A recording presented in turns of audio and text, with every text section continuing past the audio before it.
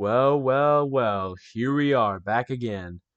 It's that time of year, and if you guys are confounded by the title, let me explain.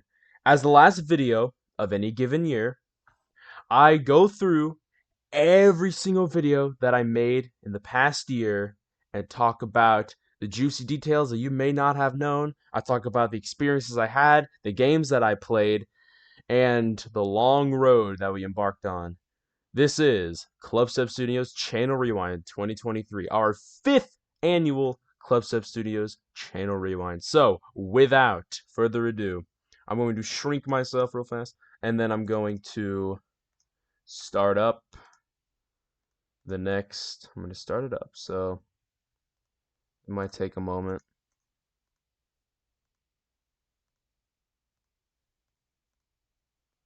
Oh, that's strange. It's not capturing my window. Alright, so, plan B. We're gonna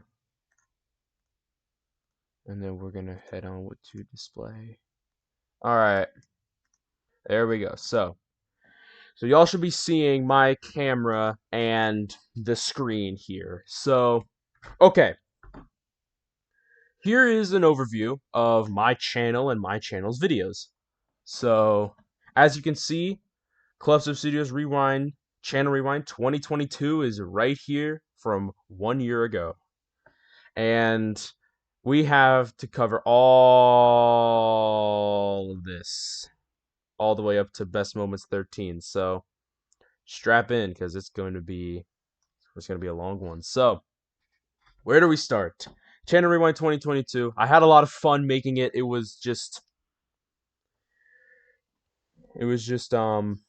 It's tradition, you know. I came up with Channel Rewinds in 2019.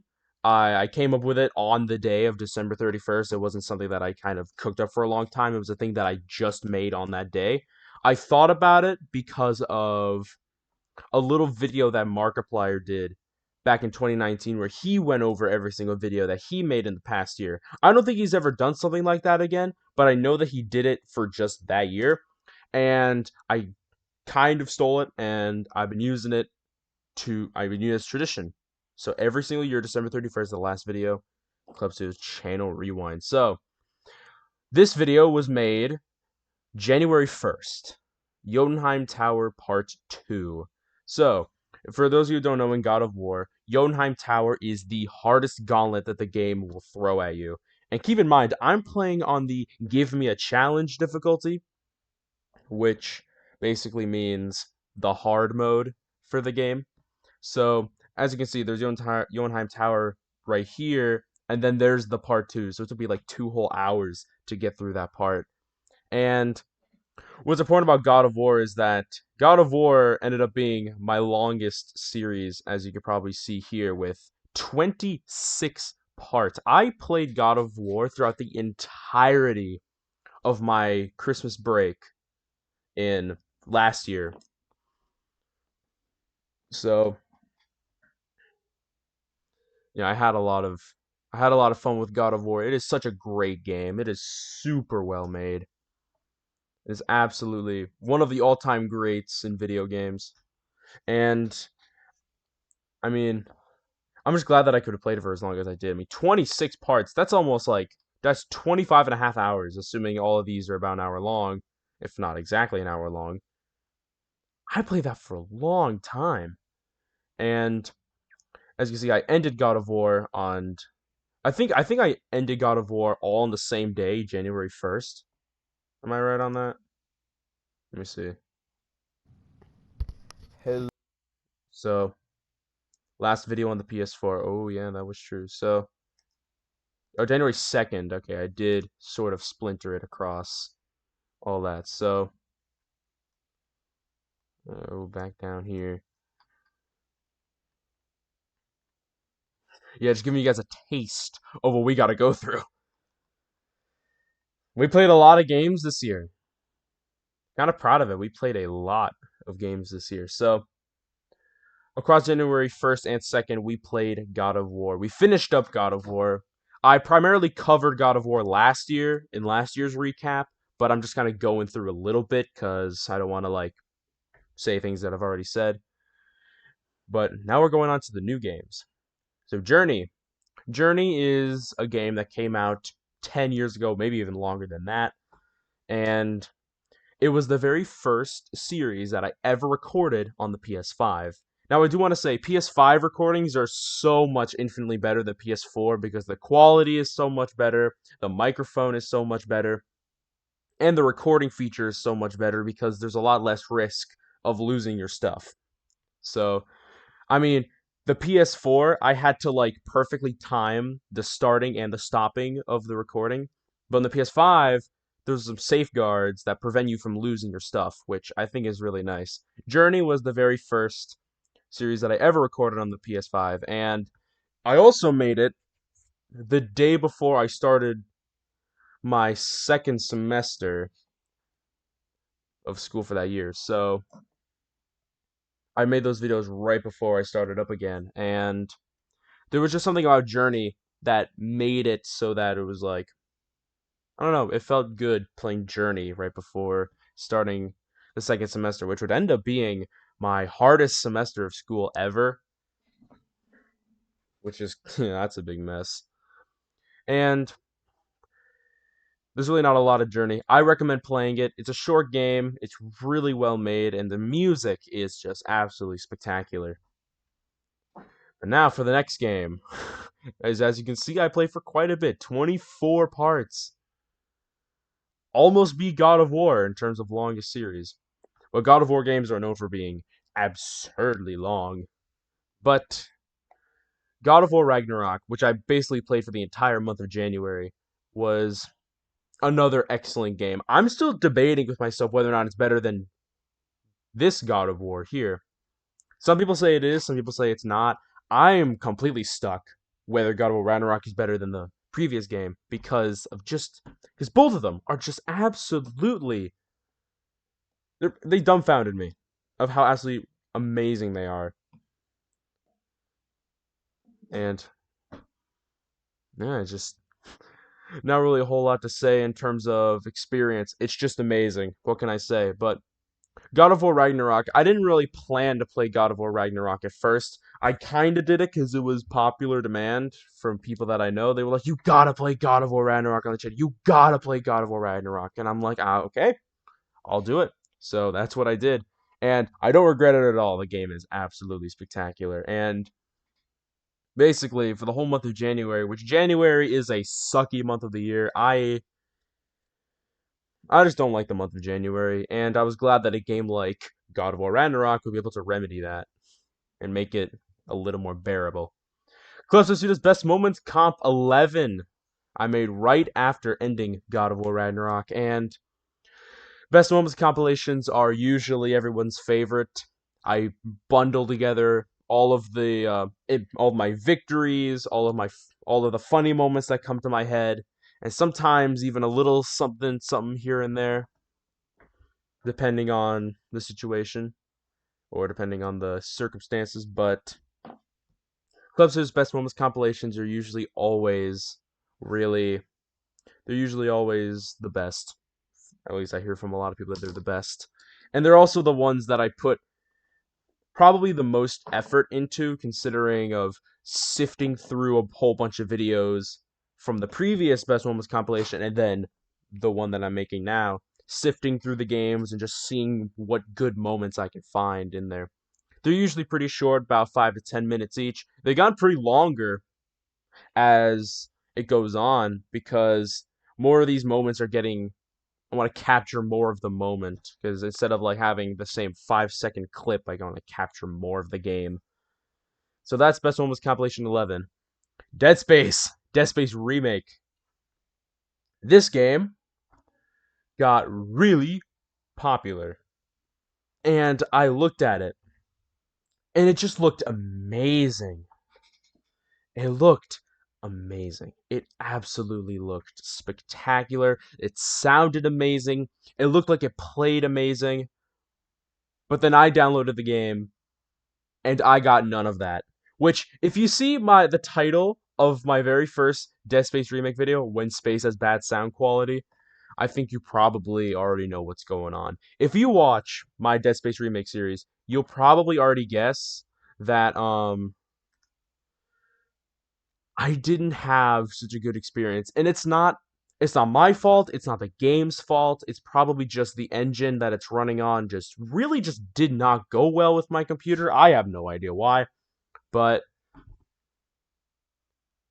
I just I just couldn't play this game the way that I was hoping for. And that was I got this game on release day, so I thought it was just like a release day thing.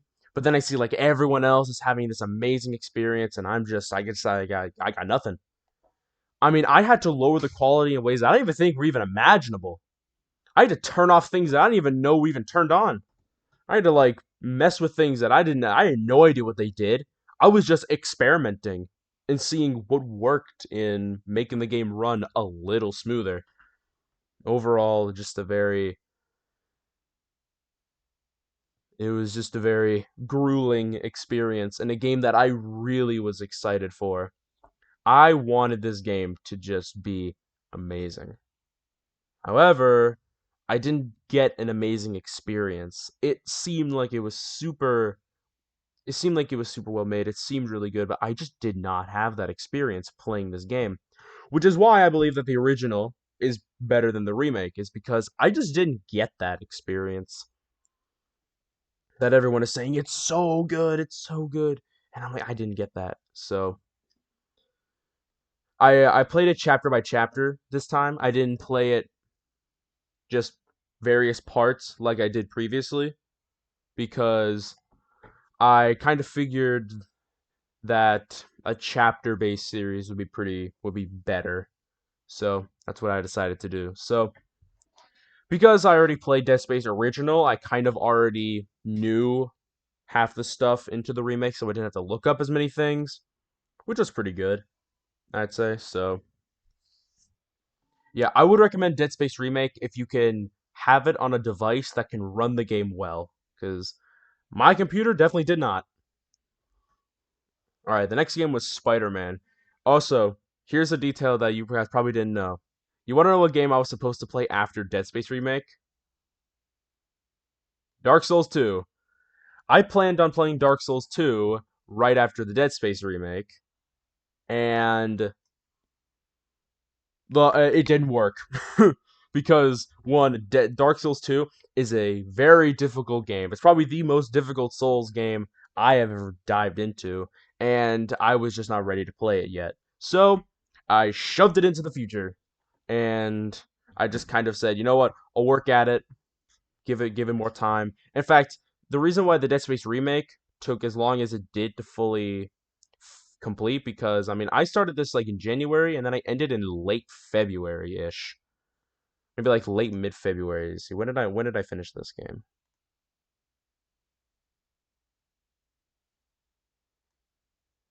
February 13th, yeah. So mid February I finished the game. So overall, I it took me a while because I was doing my first one or two Dark Souls 2 playthroughs, and I was already pretty busy with that game and then having to do the Dead Space remake. And plus there's a whole lot of other school stuff that made things complicated. But I decided, you know what? I am going to shove Dark Souls 2 aside because I am definitely not ready to start that game yet. So I decided to start a game that I am ready for and a game that I most certainly love, Marvel Spider-Man. This was the very first game that I ever played on the PS4. In fact, it was the reason I got a PS4 was to play Marvel Spider-Man because I watched Dan TDM play it way back in 2018 and I fell in love with this game. I fell in love with its story. It absolutely encapsulated me and I want to play it for myself. So I got a PS4 that year in 2018. And then in 2020, we changed it out for another PS4. And then 2022 for Christmas, I got the PS5. And then now on the PS5, you play Marvel Spider-Man, a game that is just absolutely spectacular. And I wanted to go above and beyond with Marvel Spider-Man. I didn't want to only beat the game's story, I wanted to 100% it. 24 parts, just like God of War Ragnarok. I 100%ed Marvel Spider-Man because it's just absolutely amazing. And 100%ing it is really fun. Going through every single district, doing all the side missions, and also not only was Marvel Spider-Man just super fun to play, especially on camera, the views I got 207, 207, 234 over here, 276 over here, 104 over here, 228 over here, 192, 147, 103, 91. Marvel Spider-Man ended up being my most viewed series on the channel ever. Most viewed series ever. More so than Marvel Spider-Man 2, which, I'll talk about later. But I just want to say thank you for enjoying Marvel Spider-Man as much as I have. I know I said it in my little 9-minute completion video, but this game is absolutely spectacular, and I'm just so glad that so many people got to watch it. Yeah, my most viewed series, Marvel Spider-Man, and it's a little abstract the view count. I guess certain parts got recommended more than others, the whole algorithm deal. But I had an amazing time playing Marvel Spider-Man, and it was just super fun to go back into the saddle again and not only play Spider-Man but play it on the hardest difficulty as well because I mastered the Spider-Man combat. I mean, I literally played the game on the new game plus difficulty. I think it's called Ultimate. I wasn't able to unlock Ultimate on this time because it was a new device and I haven't unlocked it, so I played it on the spectacular mode, which is basically hard mode. And yeah, I played it on the hardest difficulty the game could allow. Had a great time. 100% at it. Marvel Spider-Man Miles Morales was next. I didn't plan to play Miles Morales directly after Spider-Man. I kind of wanted to play a few other games instead. However, I played Marvel Spider-Man Miles Morales because I was kind of writing off the hype train that I built on Spider-Man 1 that I wanted to keep going with Miles Morales. And plus, I was told by some people to play Miles Morales because of the same reason, and because, well, Miles Morales is also a really good game. It's not as long, not nearly as long as Marvel Spider Man 1, but it is a very solid game. The story is still amazing, and the ending always tugs at my heartstrings. But yeah, overall, Miles Morales, an excellent game. It really does build around Miles's character, and I strongly believe that you should play Spider-Man and Miles Morales before diving into Spider-Man 2 because it gives more context on the characters behind Peter in this game and then Miles in this game. I didn't 100% Miles Morales this time because I was excited for this game right here, and I didn't want to because 100% of the game might have taken too long, and I wanted to play RE4 on release day because, well, Resident Evil 4 was heavily anticipated, and I wanted to get my hands on it. And I'm jumping over here. Before I started Resident Evil 4, I was nervous. I was very nervous because since all of these games before Dead Space were all games that I've already played before and games that were already very much runnable, especially on a PS5, I was going to play this game on my computer, Resident Evil 4. I was so nervous that like my computer just could not process new gen games because this game ran so horribly. I thought this game would be abysmal as well. I thought, "Oh my gosh, I'm really hoping that this game isn't as much of a train wreck as Dead Space." Thankfully, it wasn't. It ran perfectly. I had an amazing time playing Resident Evil 4. It ran super well. I was able to play on very decent graphics to capture really great experience. I had a whole lot of fun playing Resident Evil 4. I didn't do it chapter by chapter because I kind of figured that it would be a little hard to do chapter by chapter because there's really not a lot of chapters and they're pretty long anyway. So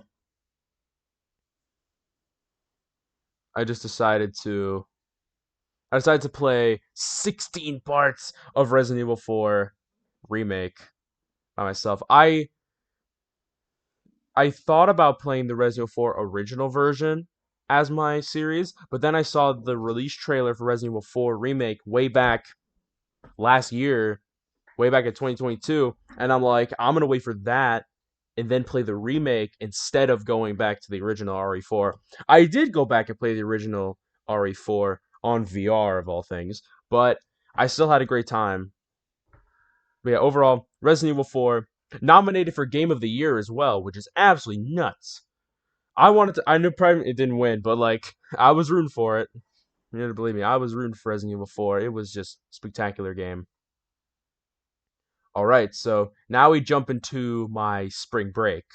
Spring break, I played One Shot.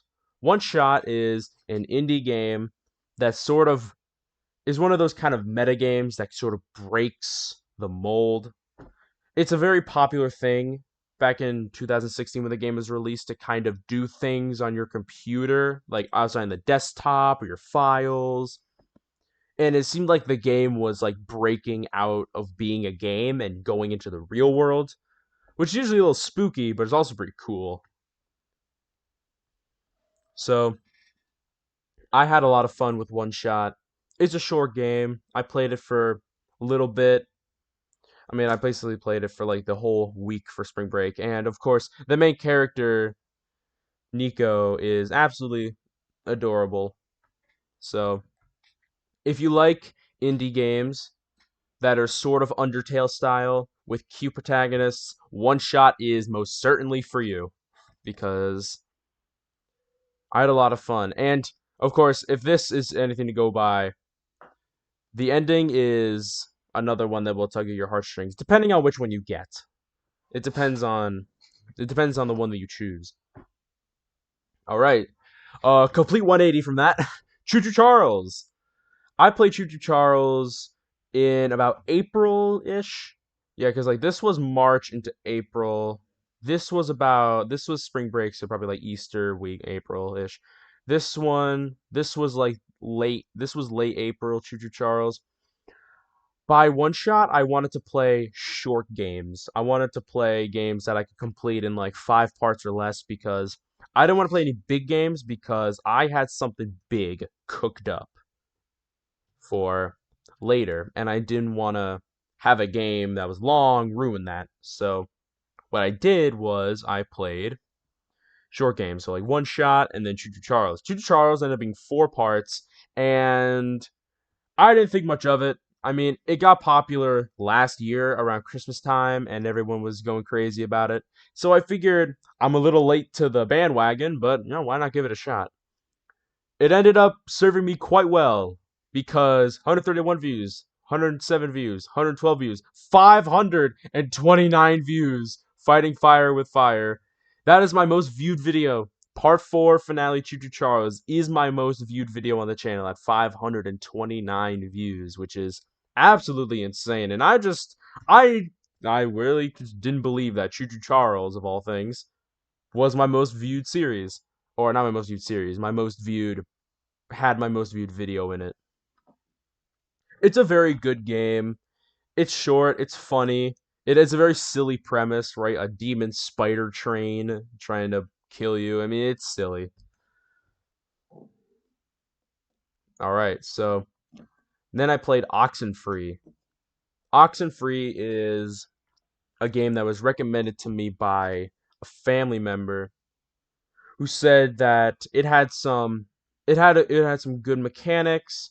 It was pretty good. It had like good score to it, and I tried it out. Overall, Oxenfree was just pretty middle of the road. Don't get me wrong, it played really well. The story was great, but the characters were so stereotyped and sort of bland. They seemed like templates of characters, if that made sense. Like you had your standard generic main protagonist, you had the stoner guy, you had the mean girl, you had the shy girl, you had the guy that keeps to himself. It was just the same bland characters with not a lot of building to them, which kind of made the game fall a little bit. So, I didn't have the greatest time with Oxenfree, having to deal with everybody's shenanigans. And I kind of figured that, you know, it was just kind of a middle of the road game. I just wish that the characters had a little more spice to them, a little more nuance. I mean, there was some nuance because of the story, but it's still just a little middle of the road. However, it did look really well and it did sound really well. And that's what I played early May. And this big news was this refers to the thing where I said I had something big cooking up, and the reason I'm playing short games instead of any long game. That's because I was cooking up big news on I think it was the second Wednesday of May. I remember the day. I lose the second. It was the second or first Wednesday of May. I was off of school and I created this video to talk about a project. A project, and we're going to jump to my playlists, that would later be called Nostalgia Summer with Clubstep Studios. Nostalgia Summer was my most ambitious project ever. And I came up with it, if I can actually go back to it.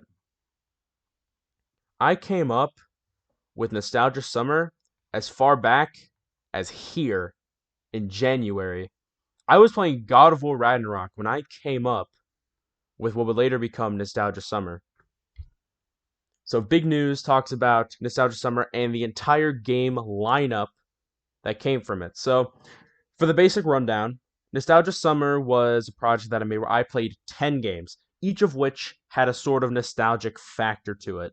So those 10 games included Amnesia the Dark Descent, Ao Oni, The Last of Us, Crash Bandicoot, Papers, Please, Inside, Bioshock, Final Fantasy VII, Gone Home, and Celeste.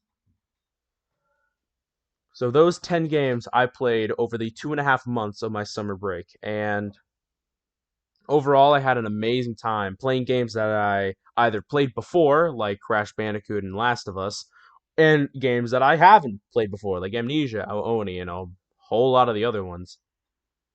I mainly picked games that I felt had a nostalgic factor, games that I knew were popular or I knew were known about back in the day, but like kind of faded into obscurity a little bit.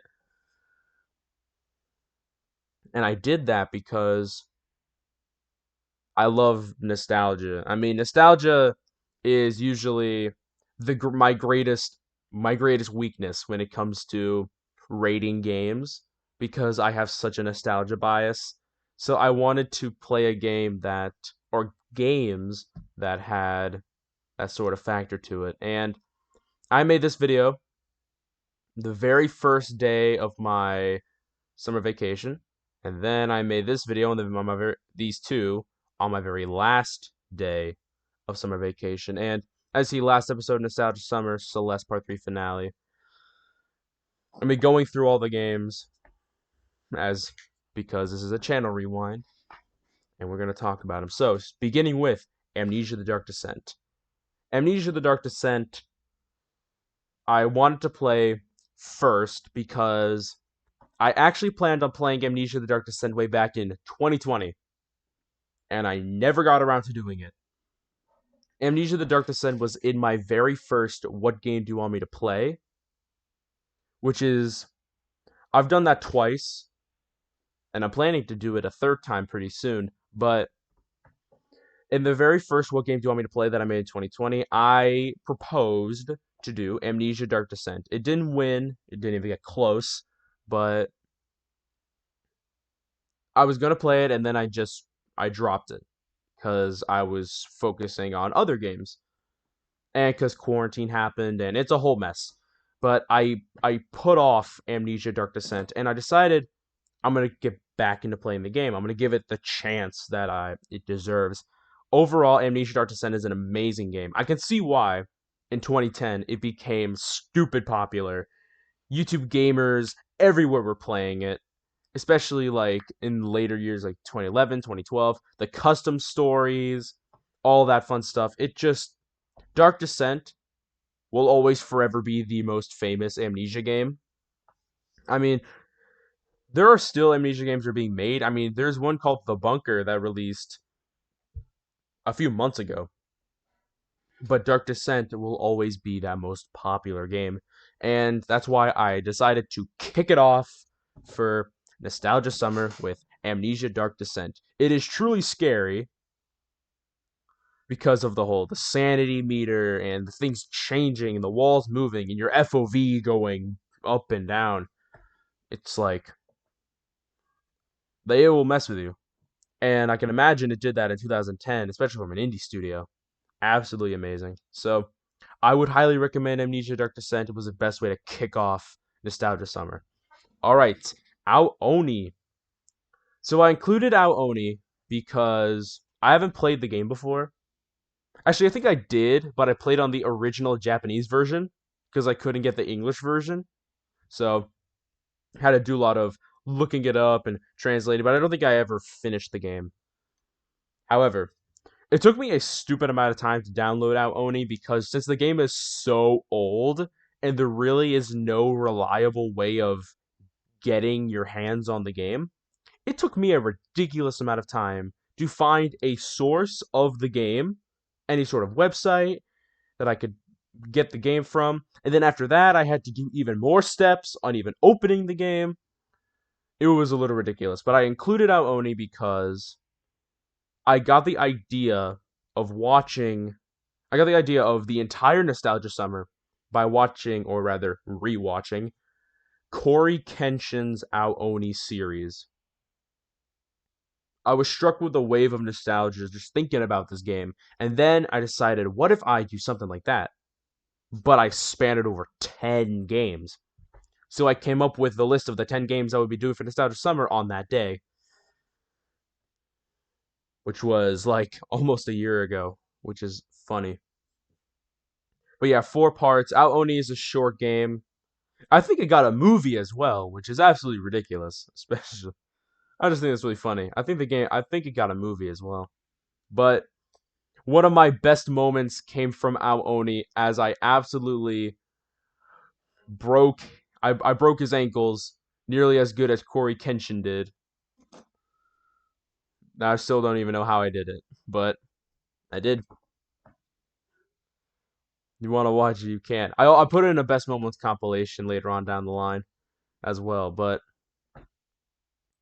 Oni is it's a fun game. It's short horror puzzle style game. There's a lot of difficult puzzles in Oni that is really like how the heck do you solve this and how the heck you're supposed to know what it is without looking it up. But other than that, it's a very solid game. Next up is The Last of Us. Incredibly iconic game, Last of Us. It got a popular show. It got like 2 remakes. I mean, I'm not playing on the original Last of Us from the PS3. I'm playing the PS4 version. I'm not playing the Steam Last of Us Part 1 that was made. That was made recently. Because that was like a remake of a remake.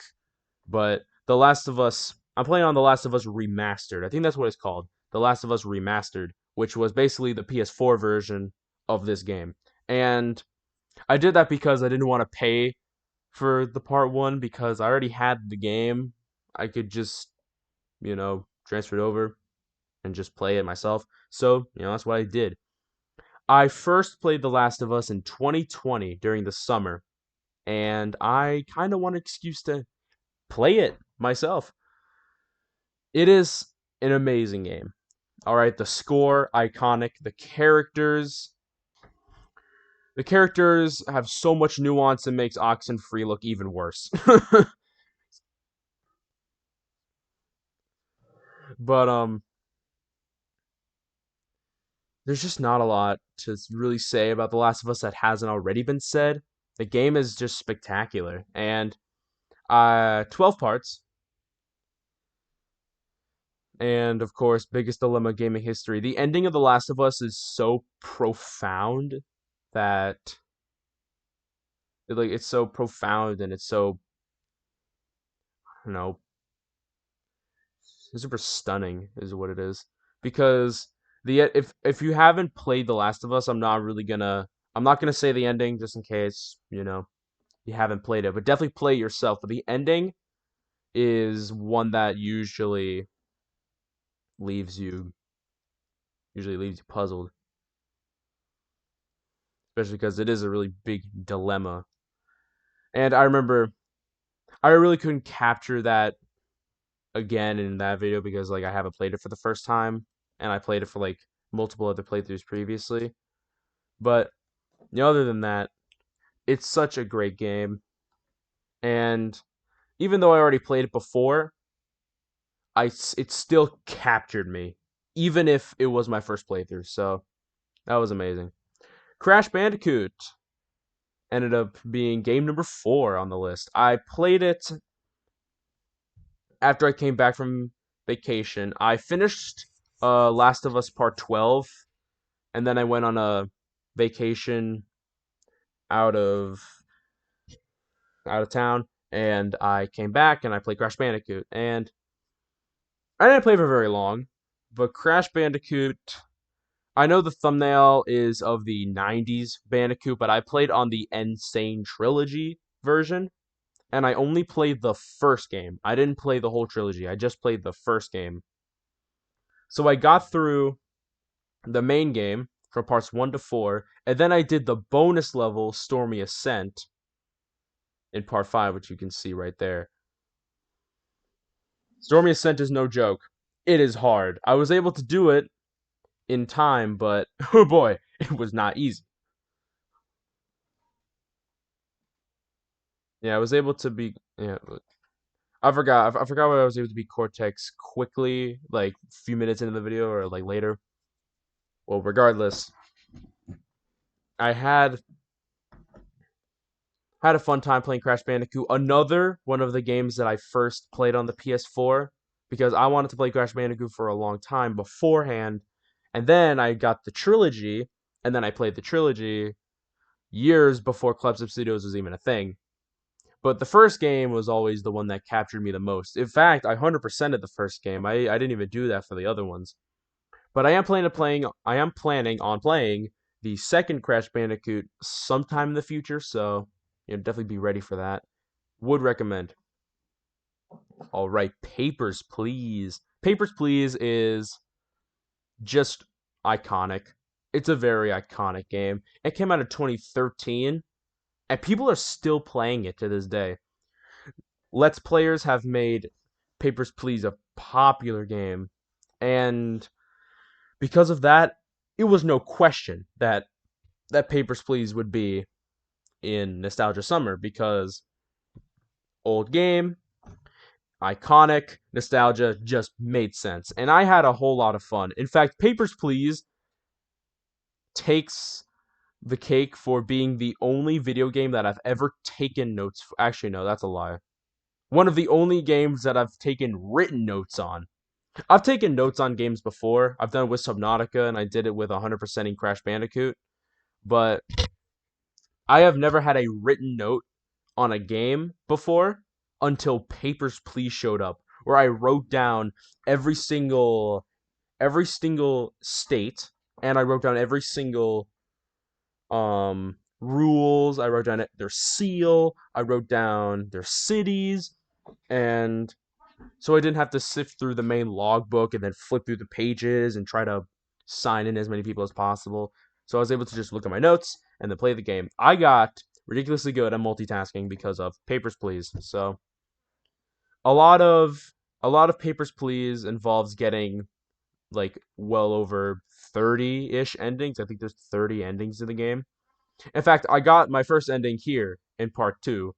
In fact, the only reason why I stopped at part 5 is because I wanted to end after I got all of my 30 days in from Papers, Please. So I didn't get a good ending because I got arrested for doing business with an enemy organization. But I I kept the finale because I wanted to get through all the 30 days, and whatever ending I got would just be the ending that I went on. So that's what I did for Papers, Please. Had a fun time. Now moving on to Inside. Inside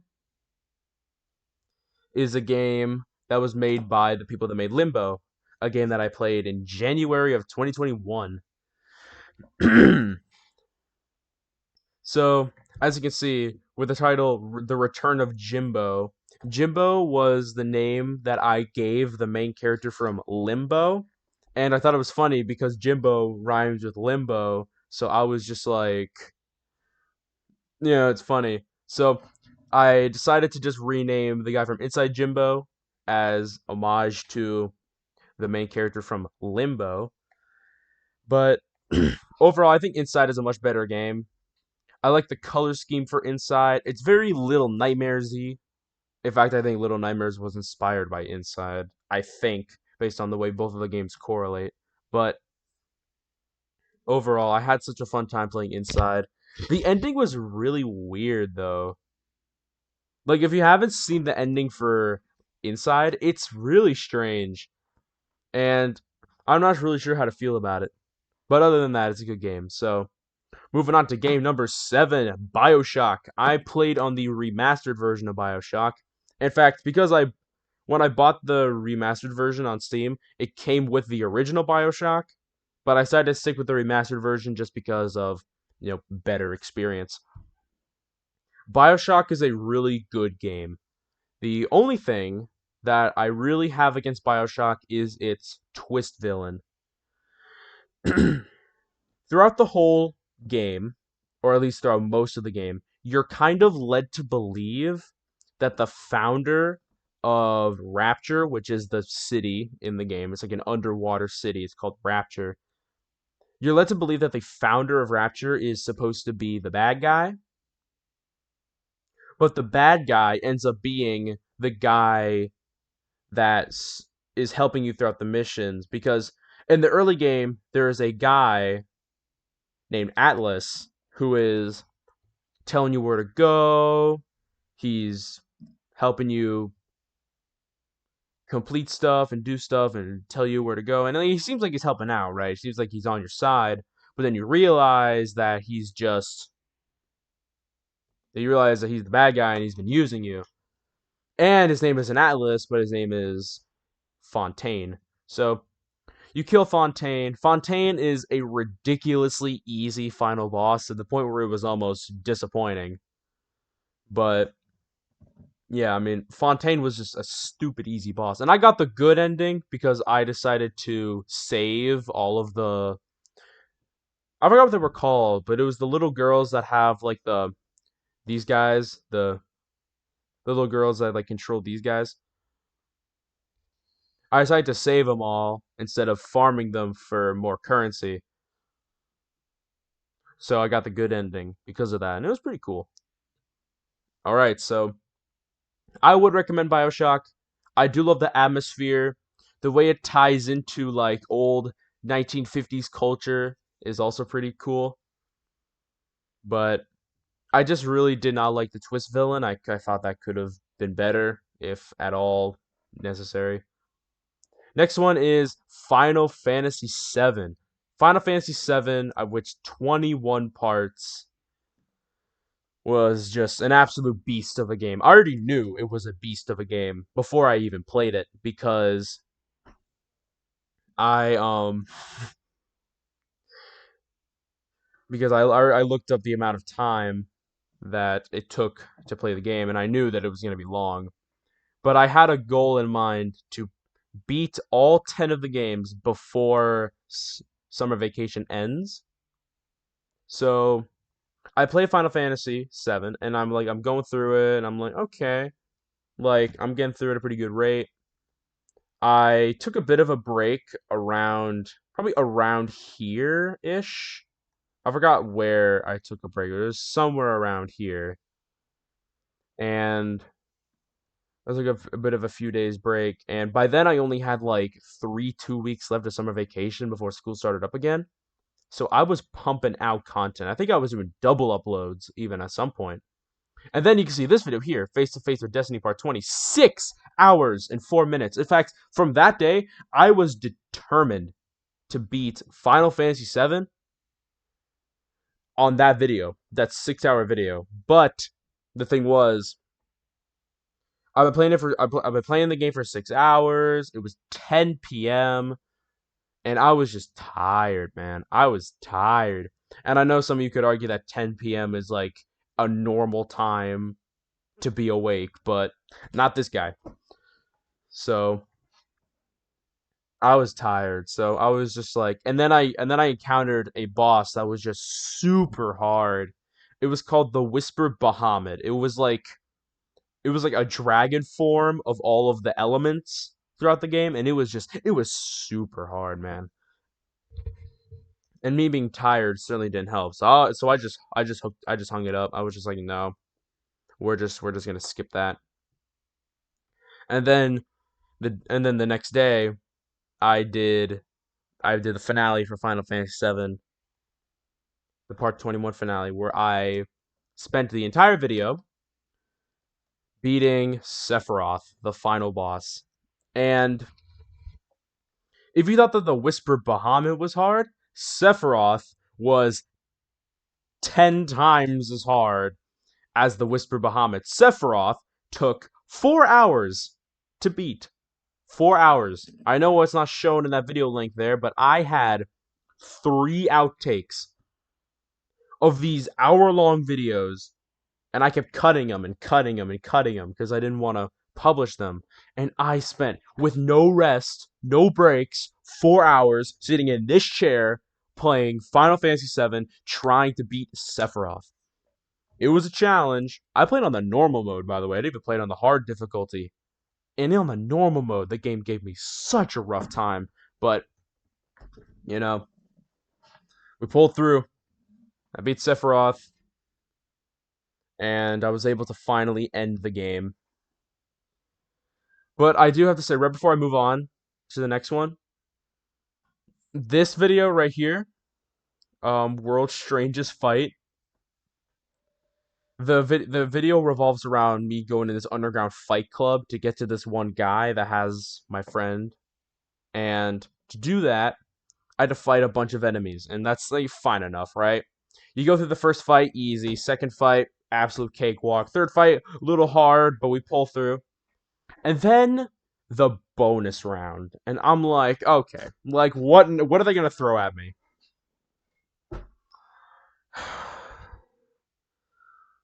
They threw a sentient robot house that was called the Hell House, and that fight took so long. That hour and 40 minutes of beating that hour 40 minutes, I feel like 30 of those minutes were actually the whole other part of the game, and everything else that came after it was just the Hell House. That's how long it took me. I beat the Hell House on my first try, by the way. You want to say that? I beat the Hell House on my first try, and it took a stupid amount of time for me to win against it. And around the end, I was panicking that I would mess up and then I would have to do it all again. Thank goodness I beat on my first try, because I don't know what I would have done to have to play that fight again. I would have ended the video right there, looked something up, and then probably went back into it. But thank goodness I beat the boss. Not very efficiently, but I did it. But other than those very odd fights, or very challenging ones at that, Final Fantasy VII is an excellent game. The characters are just iconic, which is the reason why it made its way into Nostalgia Summer. I mean, Cloud, Sephiroth, Aerith, Tifa, Barrett, and all the other cast. I mean, they're just fantastic. And the characters are really well done. The combat is beautiful. And my computer was able to run the game pretty well Not cutscenes as much. Cutscenes were a little bit of a rough spot for my computer to process, but the overall combat was very fluid, and I had such a great time playing it. So Final Fantasy VII. By the time I beat the game, I think I had like 4 or 5 days left of summer vacation. That's how long it took me to beat that game. And then I played Gone Home as my ninth game on Nostalgia Summer. I thought about doing a series for Gone Home because I thought I didn't really have the much time to really play the full game. But then I thought, you know what? I'm gonna do the full game because I want to experience everything that the game has. So that's what I did. I played the entire game of Gone Home, and it didn't even take that long. It took like an hour and 20 minutes to play the from start to finish the entire game. And Gone Home is a very slice of lifey style game. It came out in 2013, and not a lot of people really know about it. But if you do, or if you're interested in playing it, please do. It's an excellent game, and it deserves some love.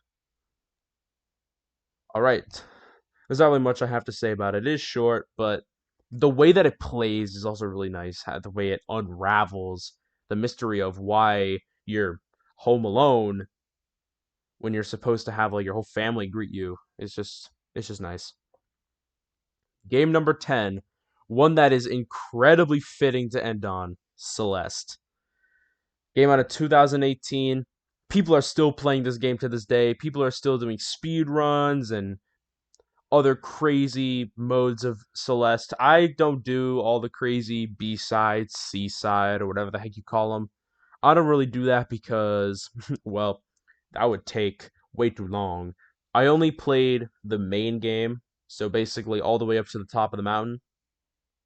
That's how far I got. So Celeste is the game that I played. I played these two on the same day, 2 days before my break ended.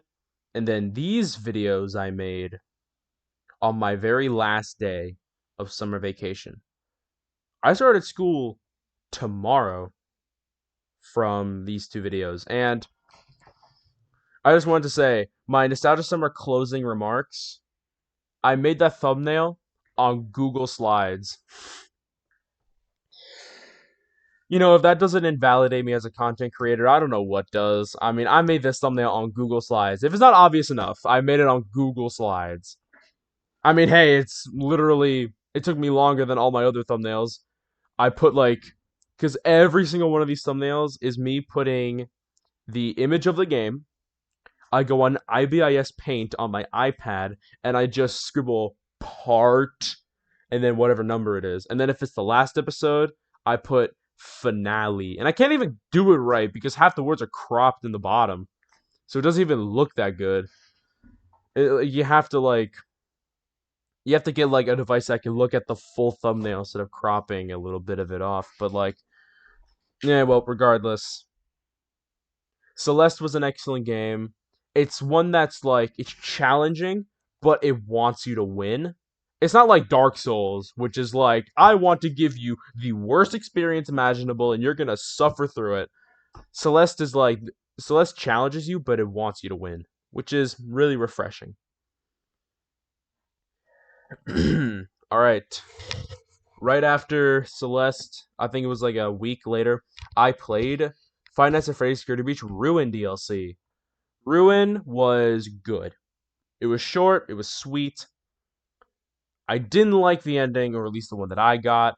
I got the one that probably everybody got, the one where you go inside the elevator and then you get stabbed in the back. I didn't like that ending in particular. I'm sure there's better ones, but and I mainly didn't like it because it was left into obscurity. And I'm sure you're probably like, "Oh yeah, it's a Five Nights at Freddy's game. Of course, everything's obscure and nothing is clear." Because I mean, that's Five Nights at Freddy's, am I right? But it was just absurdly unclear. It kind of just felt like it wasn't finished in a way. I don't know. I just thought Ruin needed a little bit more nuance to its story. But other than that, it's still good. I still had a good time. And then right after Ruin, Clubstep Students Best Moments Comp 12, which, as you can see right there, is the ending of Miles Morales. Just throw that out there. 9 minutes and 50 seconds. Clubstep Studios Best Moments Compilation 12 was absolutely spectacular to make. I think it was because I had my Sephiroth win, I had my Celeste, I had my Aoni way down there. I had my Amnesia. I had like my Resident Evil 4, my Spider-Man, Dead Space. I had so many games to plug into my Best One with Comp 12 that it was very diverse and it was a lot of stuff to it. And it was pretty cool to see everything come together and Best Moments Compilation 12, which is the kind of the reason why I love my Best Moments compilation so much, is just because I get to just have amazing time sifting through all the games that I played. I'm thinking, wow, I made that many videos throughout these, 5-6 months between each Best Moments compilation. But right after Best Moments Comp 12, I played Dark Souls 2. 23 parts. If you want to include this as 24, my little all bosses video right there. Because every single time I make a Dark Souls series, I always put all bosses. Because, let's face it, the only way to play Dark Souls is to do an all boss run. Which is what I did for Dark Souls 2. And with 41 bosses, main game plus DLCs, I had a lot to play, which is the reason why it took so long. In fact, I got to the DLCs here, part 13. I could have beat the game in almost half the time if I didn't do the 3 DLCs the game had. And also, for the record, this video, worst area in Dark Souls history, which, just look at that. It's very apparent why I think that. What I meant by worst area in Dark Souls history is because if you guys are experienced in Dark Souls 2's Crown of the Ivory King DLC, then you all know about the hidden area that is hidden behind a locked door, and you have to slide down this little coffin thing to go down into the area. The Frigid Outskirts. The Frigid Outskirts is a nightmare. A nightmarish, frozen hellscape. It is ungodly awful. Is just a terribly made area. And I'm not the only one who has said this.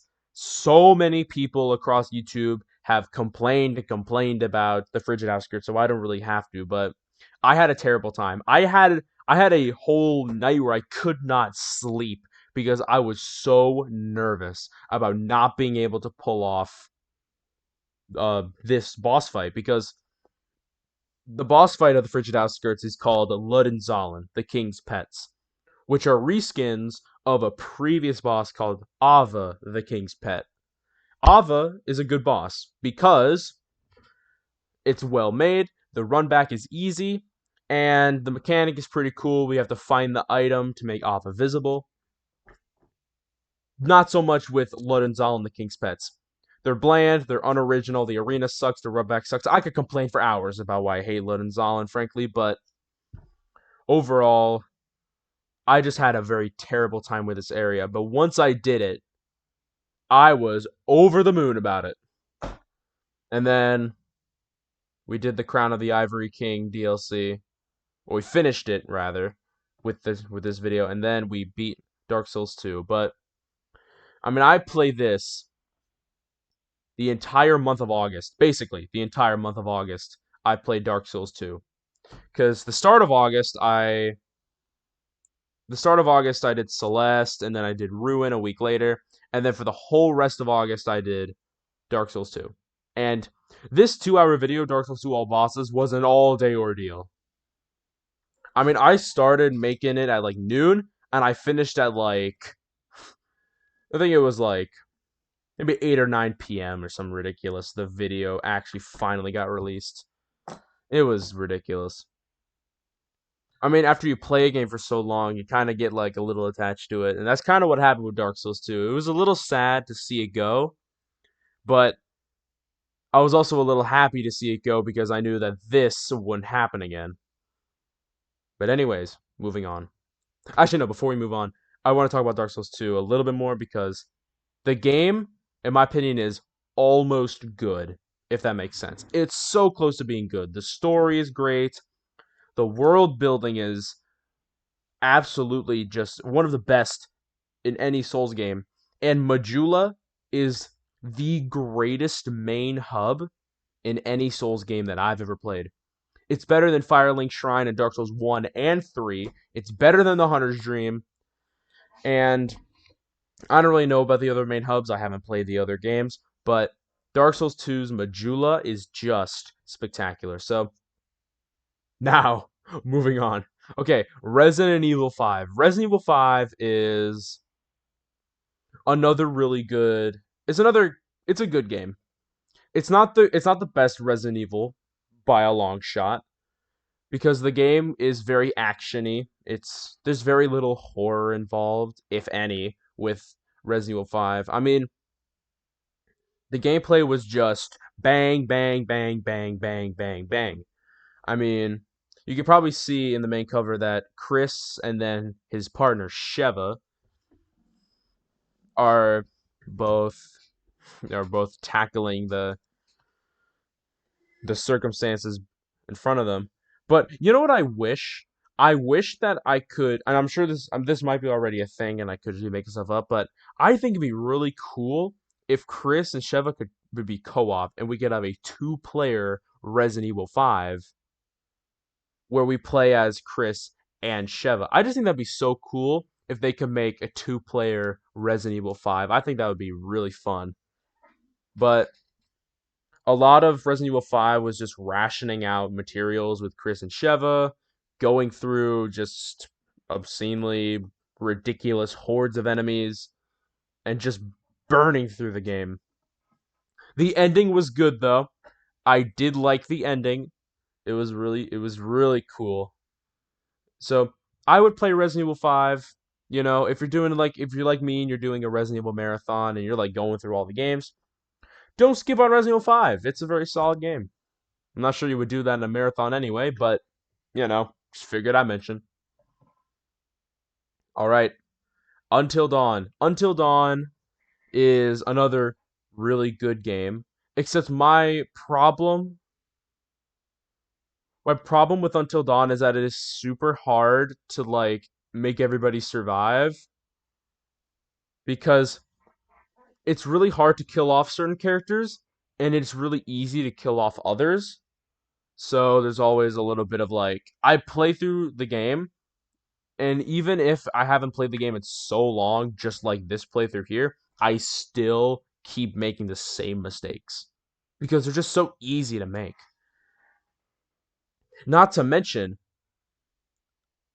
my finale part 10, I killed off a character. I killed off Sam, who was literally the main character. Who I thought was unkillable. I thought Sam could not have been killed. And then I did the impossible. Then I found a way to kill her off. So you know, whoops.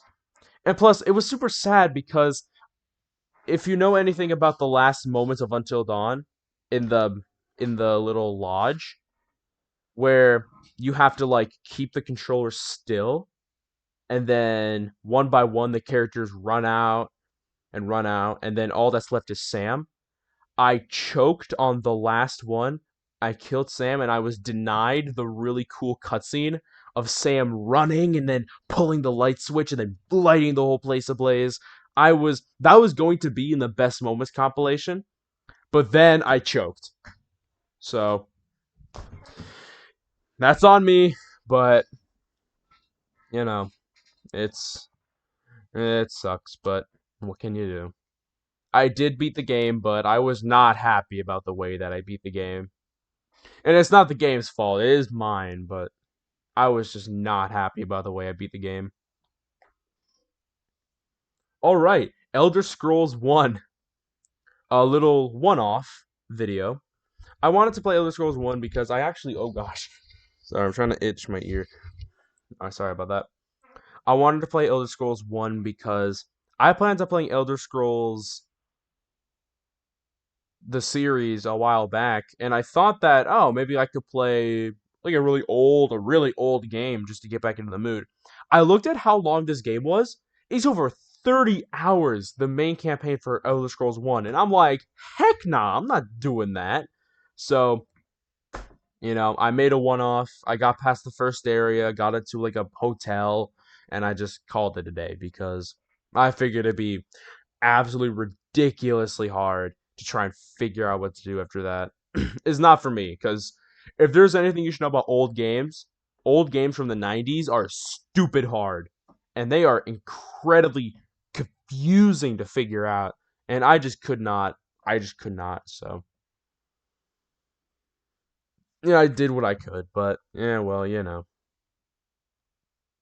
all right, Hollow Knight. I played Hollow Knight before this playthrough right here. I already played Hollow Knight previously, except I didn't beat the game. I got stuck in Green Path with the first Hornet fight, and I could not finish it because I was just lost on how to get to Hornet, and I was lost on how to do a whole lot of the stuff. So before I played Hollow Knight, I looked at, what to do. I looked at the game and I looked at like what needed to be done to like to get better and actually beat it this time. So I played through Hollow Knight and I did beat the game, 13 parts, pretty good. I even did a little bit of the the the Grim Troop mission because you can activate this little side mission with these people called with people from the Grim Troop with Nightmare King Grim, and it's a whole thing. But I even started that side mission just for some fun, and yeah, I had a decent time. Hollow Knight is a really well made game. It's a Metroidvania through and through, and I just love Hollow Knight. The main character, even though you know next to nothing about him, he still is like super. He's still super cool. It is already given a whole lot of nuance, even though you have no idea the man's origins, you have no idea where he came from. You just know that this is your guy, and you're gonna make it out of whatever sort of nightmarish infection that you find yourself in. And overall, the game is just excellent. And the memes, oh, the memes, the Hollow Knight memes. If you have a chance, look up Hollow Knight memes. They are the funniest thing ever. And I watch them from time to time. I love Hollow Knight memes. They are the funniest thing. All right, Fallout 4. Oh boy. This game was confusing. Oh boy. It was confusing. As you can probably see, Fallout 4 and Spider-Man 2, I alternated between the two games. Except for the first 6 parts, I play Fallout 4. Once every single day, I played a Fallout 4. And overall, the game is good.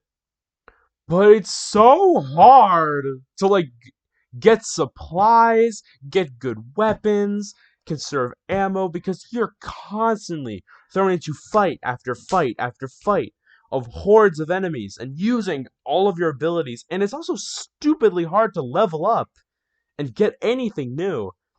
I had quite the time playing Fallout 4. I managed to beat it. I got the institution route ending, the one where you say goodbye to father and then you become the leader of the institute. I That's what I did because I needed the help, and oh my gosh, I was just floored by how difficult Fallout 4 is. I mean, you could literally see in the title, when did it get this difficult, as I'm running around trying to do all these missions and stuff. But no, I would say right now, if I didn't have Marvel Spider-Man 2 at the same time, I 100% would have quit Fallout 4. But I didn't because I told myself, play Spider-Man 2 after you've made a Fallout 4 episode. So I had that constant inspiration to keep pumping out Fallout 4 content because I knew that I would play Marvel Spider-Man 2 right after, and it was like alternate every single day. So a whole lot of Fallout 4 was just set with Marvel Spider-Man 2, and I think right around here-ish, around the end, I was on my Thanksgiving break. So I had a whole week off for Thanksgiving, so I did even more content for Fallout 4 and Spider-Man 2. And I think I beat Spider-Man 2. I think it was also during break as well, but Spider-Man 2 with 25 parts almost. I thought it would beat out God of War as the longest series, but it almost tied. It was right there, but yeah, as you can see, just like Marvel Spider-Man 1, way down here, I 100%ed the game because I wanted to give the game the highest honor because I kind of started the game thinking, okay, I may or may not 100% it depending on how I feel, but after playing the story on part 17, I couldn't get enough. I had to 100% this game because I was addicted to it. I wanted to play even more Spider-Man 2. And when I beat the game, it felt it felt sad. It kind of like Dark Souls 2, it was a little hard to part from the game because I spent so long playing it, but you know, that's one of the harder parts of making these videos is that you get attached to the games you play. So leaving them and starting new games gets tough. But hey, down the line, you can find games that you find even more games you get attached to. So yeah, so Layers of Fear 2. I played this in December, the week or 2 weeks leading up to my Christmas break. So Layers of Fear 2 is a short horror game, clocking it at around a few hours. Just like Layers of Fear 1, except Layers of Fear 2 is definitely a little longer. And I do think the Layers of Fear 2 isn't as good as the first game because your mission is not clear. The first game, you're given a mission to make this masterpiece of a painting that's supposed to make everything that you've ever worked on before look terrible, and it's supposed to and it's supposed to be like the most perfect thing, right? And you're supposed to like get all these supplies and then create the thing, but Layers of Fear 2 is just unclear and a little just out of focus. You're thrown into these flashbacks and thrown into these scenarios of like being on a pirate ship and trying to like do pirate things, and it's just weird. And the ending was even weirder because this random strange bald lady just approaches you and just says, "You are not ready yet." And I'm like, what the heck is that supposed to mean? So overall, it's scary. It's good. I recommend Layers of Fear 2, but just prepare to have a very puzzling experience. All right, moving on. Alien Isolation. Alien Isolation was a game that I first played in December of 2020, and I could not finish it because one thing to know about Alien Isolation is that even on normal mode, it's hard. It is hard because the alien has heightened senses and can track you anywhere. Like, it's almost infuriating how much the alien can track you in the game. But I did manage to beat it. 11 parts. I did manage to beat the game.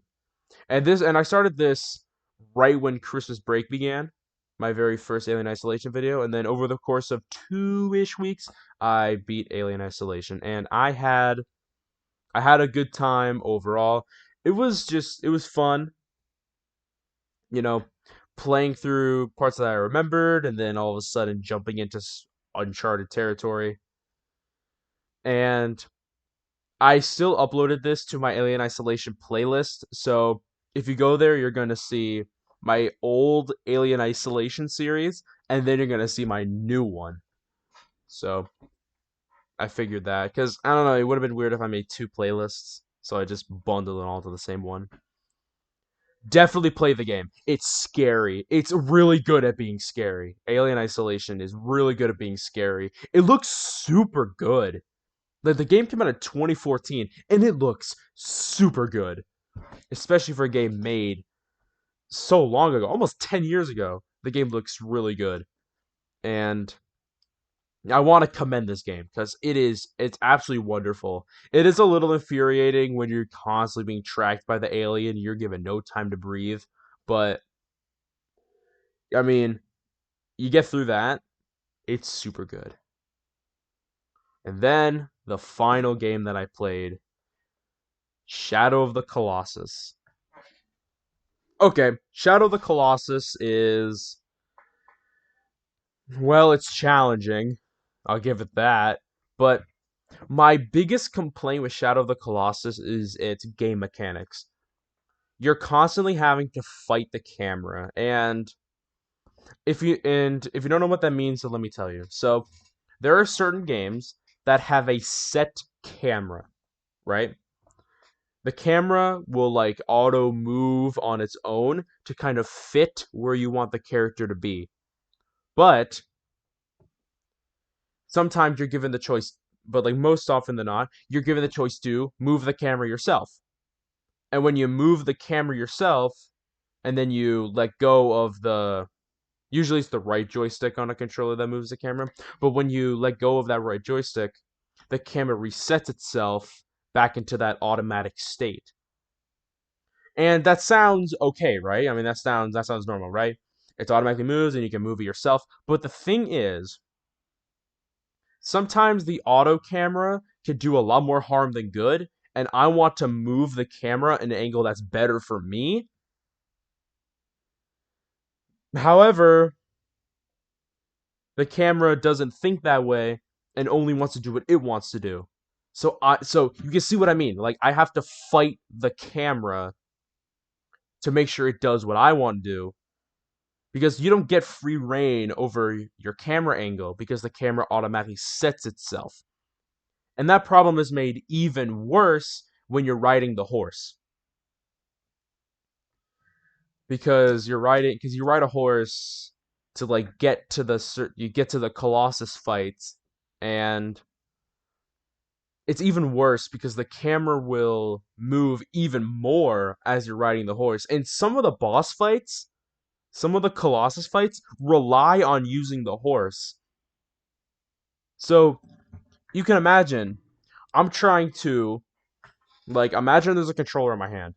I'm trying to move my character. I'm trying to fight the camera. I'm trying to aim my bow.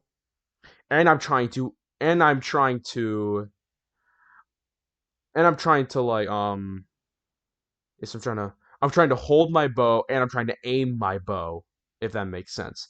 I mean, so yeah, I'm moving my horse, I'm looking at where I'm supposed to go, I'm aiming my bow, I'm trying to like hold it steady. I'm trying to run away from this colossus that's after me and I'm fighting the camera the whole time. It's just a mess. Like that's the point. It's just a mess. That's not for all of the fights, but it is for like some. It just becomes a big mess. And that's why Shadow of the Colossus is just like it's not that good because all I could think about was just how much I just had to fight the camera. And around the end, I was just like, okay, like when is this gonna be done? Because like I'm tired of these Colossus fights that take an unnecessary amount of time. In fact, a lot of them were literally almost impossible to solve yourself.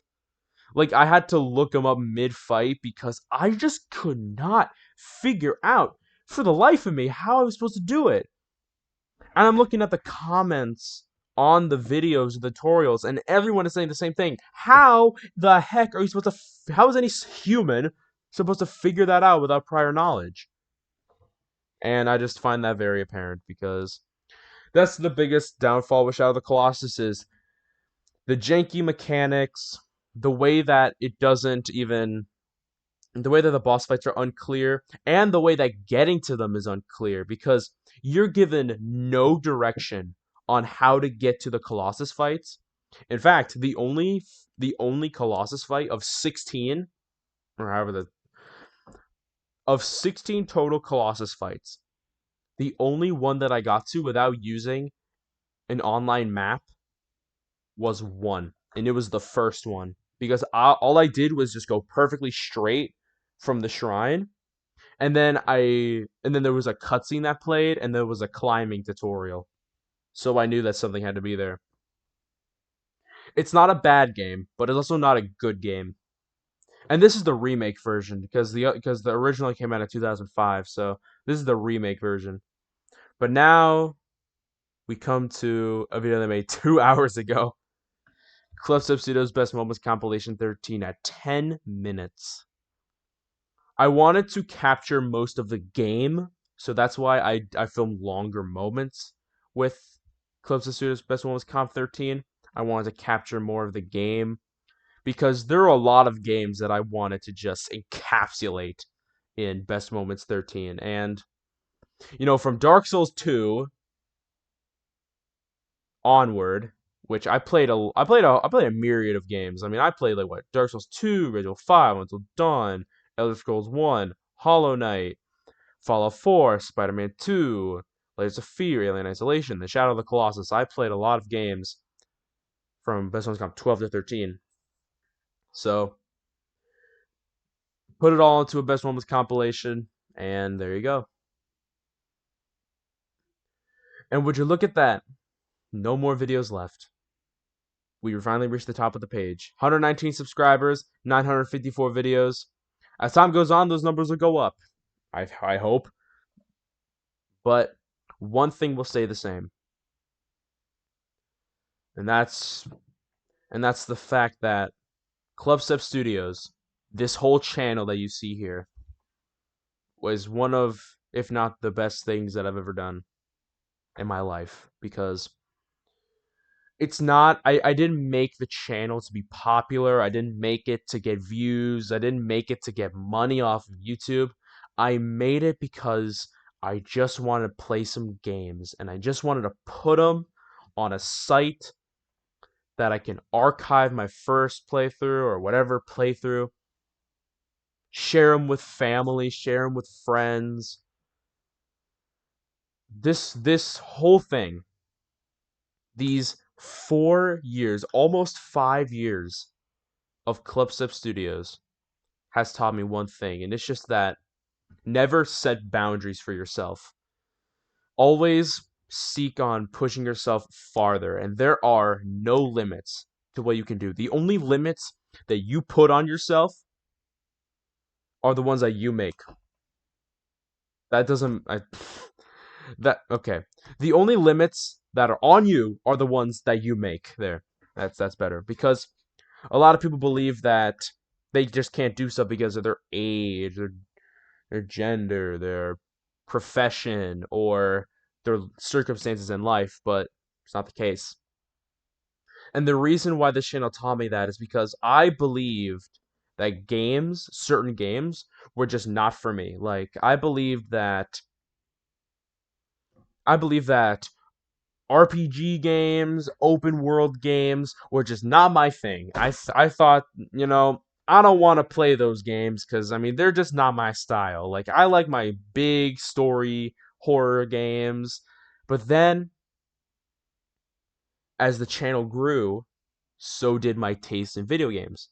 And then I kept on spreading it out and trying out more types of games.